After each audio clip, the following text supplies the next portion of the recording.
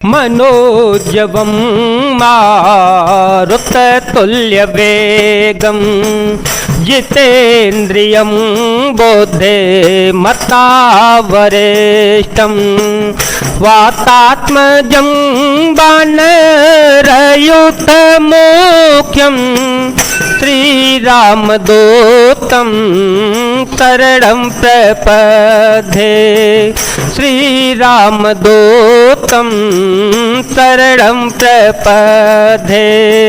अतुलितबलधामं हेमशैलाभदेहं धनुजवनकृशानुज्ञानिनामग्रगण्यं सकलगुणनिधानं वानराणामधीशं रघुपतिप्रियभक्तं वातजातं नमामि। जामवंत के वचन सुहाए सुनि हनुमंत हृदय अति भाए तब लगे मोहि परिखे हूँ तुम भाई सहि दुख कंद मूल फल खाई जब लगी आवो सीता ही देखी होए काजू मोहि हरस बेसेती यह कहे नाय सवहि कहो माथा यह कहे नाय सवहि कहो माथा चले ओ हर से अधर रघुनाथा। जाम्बान के सुंदर वचन सुनकर हनुमान जी के हृदय को बहुत ही भाए। वे बोले, हे भाई तुम लोग दुख सहकर कंदमूल फल खाकर तब तक मेरी राह देखना जब तक कि मैं सीता जी को देख करके लौट के ना आ जाऊं।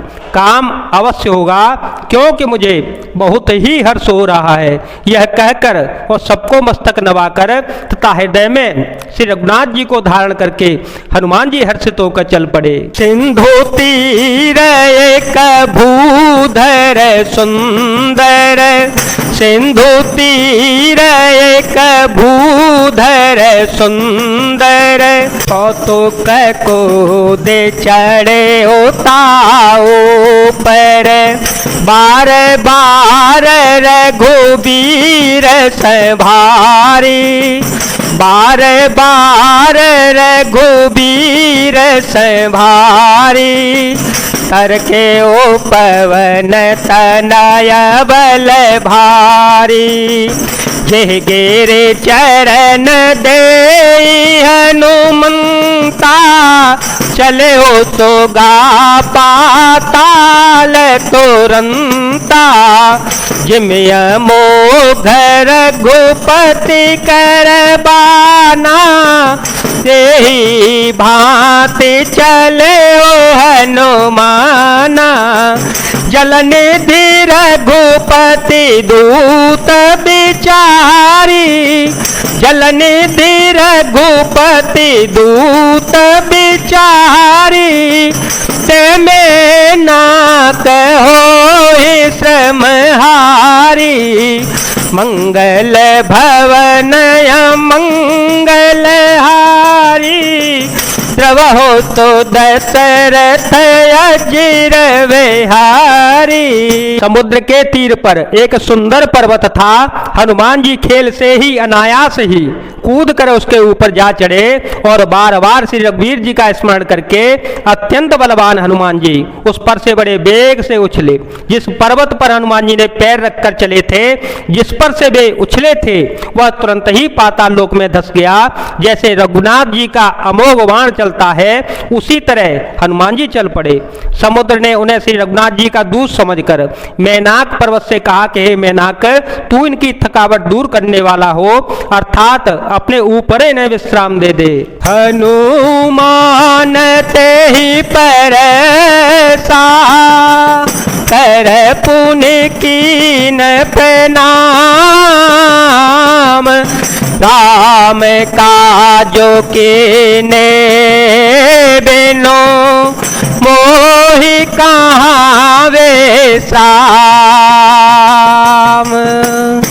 हनुमान जी ने उसे हाथ से छू दिया फिर प्रणाम करके कहा, भाई श्री रामचंद्र जी का काम किए बिना मुझे विश्राम कहाँ। जात पवन सुत देव देखा, जाने कहो बल बुद्धि विशेषा, सुरता नाम हिन के माता, पटये आए कही ते बाता, आजो सुर मोहि दीन आहारा, सुनत वचन कह पवन कुमारा, राम काजू कर फिर में आओ, राम काजू कर फिर में आओ, सीता कहे सोधे प्रभु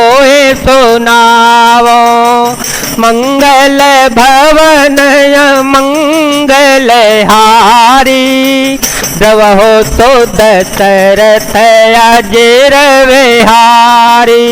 देवताओं ने पवन पुत्र हनुमान जी को जाते हुए देखा। उनकी विशेष बल बुद्धि को जानने के लिए परीक्षार्थ उन्होंने सुरसा नामक सर्पों की माता को भेजा।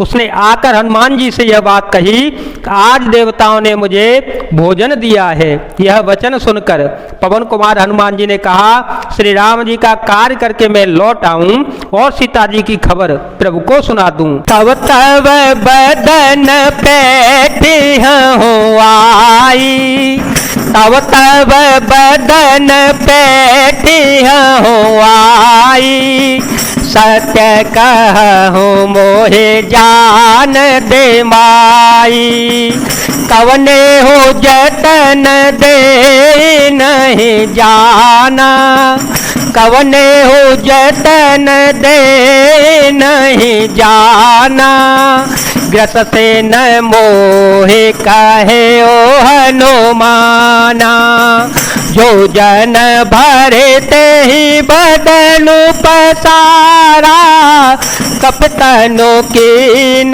दो गुण विस्तारा, सूर है जो जन मुख ते ही खायऊ, तुरत पवन सुत बत्तीस भयऊ, जस जस सुर सा बदनु बढ़ावा, सासु दून कपि रूप देखावा, सतजो जन ते ही आनन कीना, सतजो जन ते ही आनन कीना, अतिल गुरूप पवन सुतलीना, मंगल भवन मंगल हारी, जब हो तो दशरथ अजीर विहारी। तब मैं आकर तुम्हारे मुंह में घुस जाऊंगा, तुम मुझे खा लेना। हे माता, मैं सत्य कहता हूँ, अभी मुझे जाने दे। जब किसी भी उपाय से उसने जाने नहीं दिया, तब हनुमान जी ने कहा, तो फिर मुझे खा न ले। उसने योजन भर 400 कोस में मुंह फैलाया। तब हनुमान जी ने अपने शरीर को उससे दूना बढ़ा लिया। उसने 16 योजन का मुख किया।